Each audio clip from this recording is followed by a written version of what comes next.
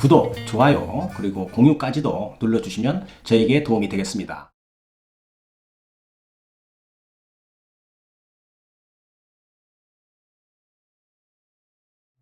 안녕하십니까. 김 PD님, 그동안 잘 지내셨죠? 네네. 예, 요즘 생활 좀 어떠십니까? 좀 날씨가 별로 안 추워서 뭐 좀 어떤 때는 봄 같은 생각도 좀 들고 그럽니다. 네네. 뭐 아무튼 올해는 겨울에 그렇게 많이 춥지 않네요.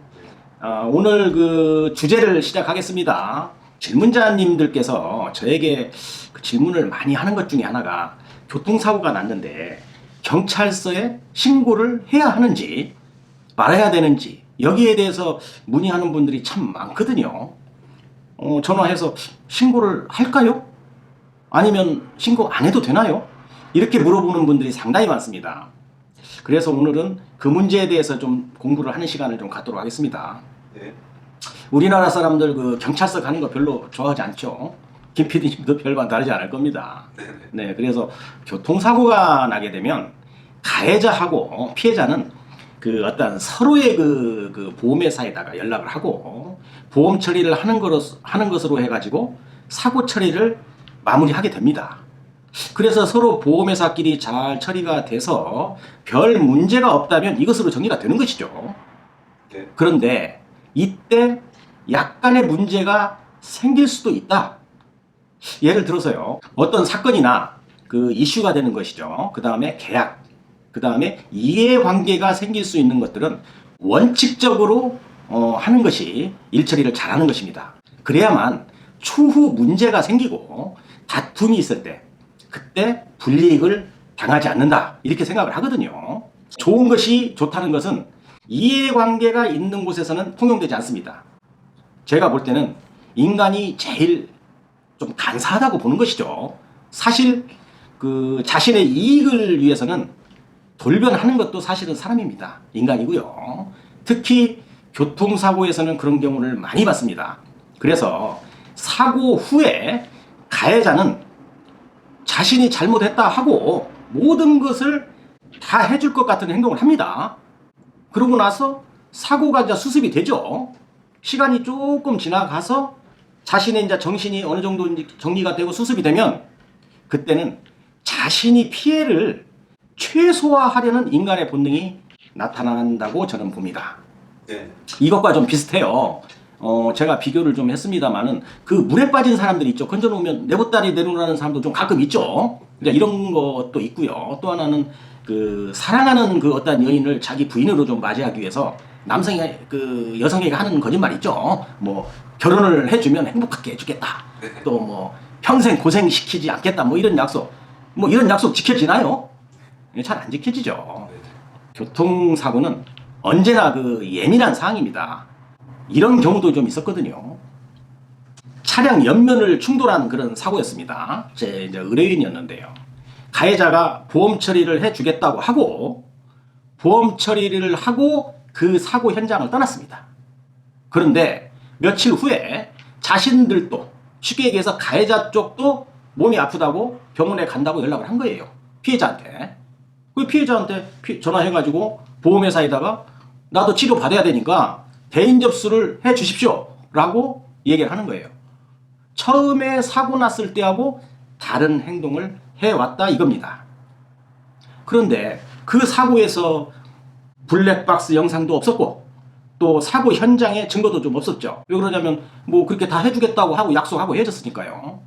가해자가 그 사고 현장에서 자신의 그 가해자의 과실을 인정하는 그런 상태에서 별다른 조치를 안 한 것입니다. 그렇게 분쟁이 생기게 되면 말이죠. 불이익이 올 수 있다는 것이에요. 그래서 사고가 나면 피해자가 조금 불편하더라도 자인서 같은 거 있죠. 자인서. 뭐 사인 좀 받는 것이죠. 이렇게 내가 다 처리해주겠다. 이런 종이 한 장 써주는 것도 좀 받아놓는 것도 괜찮습니다. 네. 그전에는 말이죠. 뭐 좀 한 1, 20년 전 됐을 겁니다.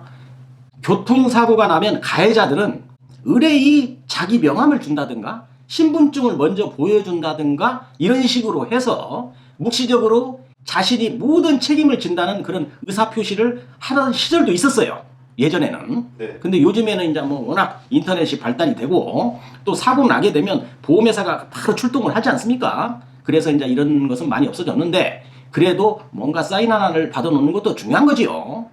또 두 번째로는 사고의 책임을 지겠다고 하는 것을 녹취를 좀 해놓으면 좋습니다. 증거가 되거든요. 네.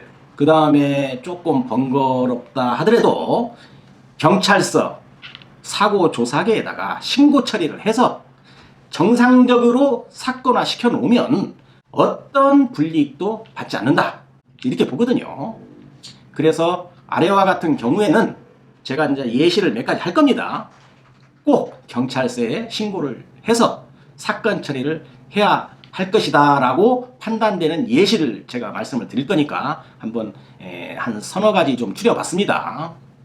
첫 번째죠.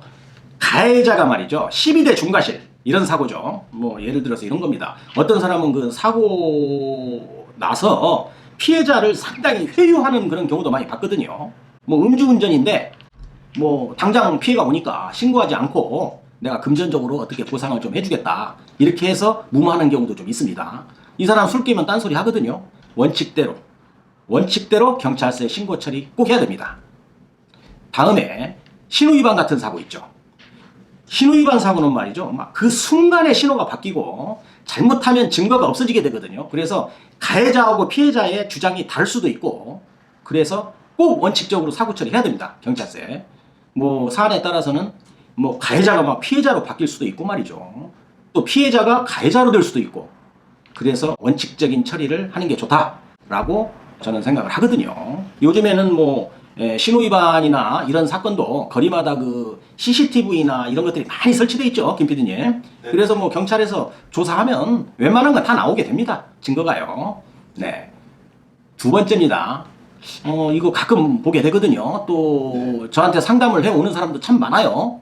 최근에도 뭐 의원 사건이 한번 그렇죠. 네. 이제 운전자를 좀 바꾸려는 그런 행위죠. 이거 범죄입니다, 이거는. 절대로 해서는 안 되는 행동이거든요. 예를 들어서 A가 운전을 했는데 보험이 안 되는 거예요. A라는 사람이. 네. 그러니까 피해자한테 B로 바꿔서 보험 처리를 해주겠다. 네. 이렇게 하는 건데 이거 범죄입니다. 네. 이거 큰일 나는 거거든요. 원칙대로 하는 게 좋다. 아까 김 PD님 말씀드린 대로 모 의원이 그런 적 있었죠. 모 의원 아들. 아, 그렇습니다. 예. 그런 경우가 있는데 원칙적인 것으로 가는 게 좋다. 이렇게 보시면 됩니다.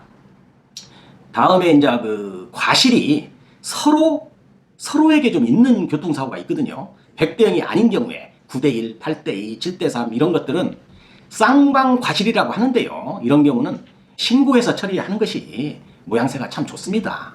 네.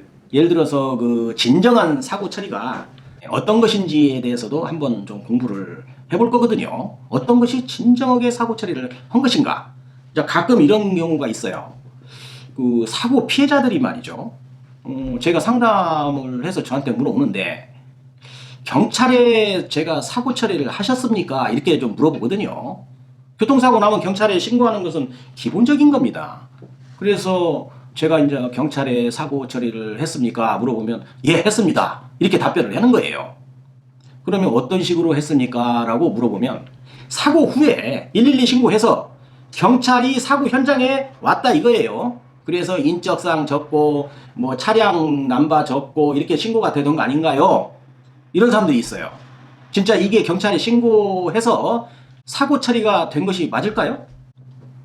이 정답이 이거 아니거든요. 네. 네, 이거 사고 처리 안 된 겁니다. 원칙적으로는 말이죠. 사고가 나게 되면 교통사고가 나게 되면 사고 현장에 제일 먼저 출동하는 게 경찰입니다. 그러면 경찰이 사고를 확인하고 경찰관은 피해자, 가해자의 인적사항을 확인하게 됩니다.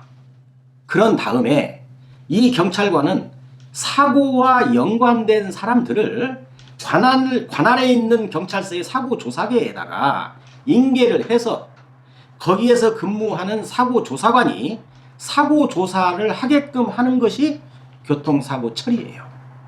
그런데 가해자가 보험에 들어있고 또 보험 처리를 해준다고 한다면 현장에서 특별한 이슈가 없잖아요. 그러면 경찰관은 철수합니다. 네. 그러면 피해자한테 보험 처리해 주시고 이렇게 뭐 100대 0이니까 뭐 이건 뒤에서 받은 거니까 뭐 틀림없는 겁니다. 이렇게 처리해 주세요 하고 떠나버립니다. 이렇게 해서 만약에 문제가 없다면 별일 없겠지요, 김 PD님. 네. 그런데 가해자하고 피해자 간의 과실 문제 및 부상 정도를 가지고 분쟁이 발생이 된다면 좀 복잡해지고 감정적으로 발전할 수 있다, 이런 것입니다. 이런 것을 예방하기 위해서라도 사고가 발생을 하면 원칙적으로 좀 번거롭더라도 관할 경찰서에 사고 신고를 해서 사고 조사도 하고 진술서를 작성해 놓고 만약에 추후에 문제가 발생이 된다면 법적인 어떤 보호를 받을 수 있도록 하는 것이 맞는 얘기 아닌가요? 저는 그렇게 생각을 합니다. 네. 그래서 경찰에 신고를 하게 되면 첫 번째로 피해자 조사를 하게 됩니다. 경찰관은요. 사고 조사계에서 피해자 조사를 하게 되는데 뭐 여러 가지 인적 사항을 물어보고 사고가 어떻게 났는지도 확인을 하고 만약에 피해자가 부상이 있다고 한다면 병원에서 제출하는 진단서를 제출할 수 있도록 하고 조사를 마무리합니다. 이게 피해자 조사입니다. 네. 가해자 조사는 좀 복잡합니다. 가해자는 어떻게 사고를 유발했는지 사건 조사를 하겠고요. 그 다음에 보험 가입이 되어 있는지 또 음주운전은 아닌지 확인도 하겠고요. 또 운전면허는 정상적인 것인지 또 가해자의 신원이 뭐 제대로 되어 있는지 이런 조사를 하게 됩니다. 그런 다음에 종합보험에 가입이 되어 있다고 판단이 된다면 가해자에게 보험회사에 얘기를 해서 종합보험 가입 증명서를 제출하도록 그렇게 경찰관이 얘기를 합니다. 만약에 종합보험 가입 안 했으면 무음차겠죠? 이런 경우에는 형사처벌을 하게 되는 것입니다. 이제 마지막이죠. 그렇게 해서 경찰에 신고가 다 되면 교통사고 사실원이라는 이런 서류가 발급이 됩니다. 이렇게 이제 담당 조사관이 가해자와 피해자 이런 조사를 마치게 되면 이 사건을 검찰에 송치를 할 것인가 아니면 검사 지휘를 받아서 처리를 할 것인가 또 벌점을 어떻게 할 것인가 이런 걸 이제 조사관들이 하게 되는 거죠. 그런 다음에 마무리가 어느 정도 되면 말이죠. 교통사고 사실 확인원이라는 그런 서류가 만들어지게 되는 것입니다. 그걸 우리가 줄임말로 교사원이라고 말을 합니다. 예, 교통사고에 아주 기초가 되는 그런 서류라고 보시면 되겠어요. 2장짜리로 되어 있습니다. 지금 영상 바로 옆면에 이제 이렇게 보여지는 이 2장짜리 서류가 교통사고 사실 확인원입니다. 교통사고 사실 확인원은 그 전국에 있는 모든 경찰서 민원실에 가게 되면 당사자는 그 신분증만 제출하게 되면 뭐 바로 발급이 됩니다. 가족은 가족관계부를 좀 지참을 해야 되겠죠. 예, 그래야만 발급을 해주게 되어 있습니다. 이렇게 사고가 나서 처음에서부터 마무리되는 과정을 좀 설명을 드렸는데 이제 결론적으로 말씀을 드리면 이 정도 설명을 드렸으면 왜 교통사고가 나면 경찰에 신고 처리를 해서 정상적으로 사건 처리를 해야 하는지 좀 이해를 했을 겁니다. 교통사고는 자주 나서는 안 되겠고요. 대부분 그 일생에 뭐 한두 번 이렇게 날 수 있는데요. 사고 나면 처음에는 말이죠. 처리 방법을 잘 몰라서 굉장히 우왕좌왕할 수 있습니다. 특히 사회 초년생들은 말이죠. 사회 경험이 없기 때문에 잘못하면 내가 잘못하지 않았는데도 불이익을 볼 수 있기 때문에 제 영상을 잘 보시고 공부해 놓으시면 삶의 재산이 될 수 있겠다 이렇게 판단이 되거든요. 교통사고가 나면 당황하면 안 됩니다. 차분하게 그동안의 지식을 가지고 대처를 해야 되겠습니다. 어떻게 오늘 그 공부한 그런 내용들이 좀 도움이 되는 내용인가요, 김 PD님? 네. 오늘 그 특히 뭐 교통사고 처음 나시는 분들에게 예. 많은 도움이 되는 내용인 것 같습니다. 예, 그렇죠. 네. 뭐 처음에 나와서 교통사고 처음 났는데 뭐 당황해서 어떻게 할지 모르는 사람들이 이 영상을 좀 한번 봐왔다고 한다면 처리하는데 좀 상당히 좀 도움이 될 걸로 좀 생각이 됩니다. 오늘도 이 영상을 보시고 도움이 되셨다고 한다면 구독, 좋아요 그리고 공유까지도 눌러주시면 저에게 도움이 되겠습니다. 감사합니다.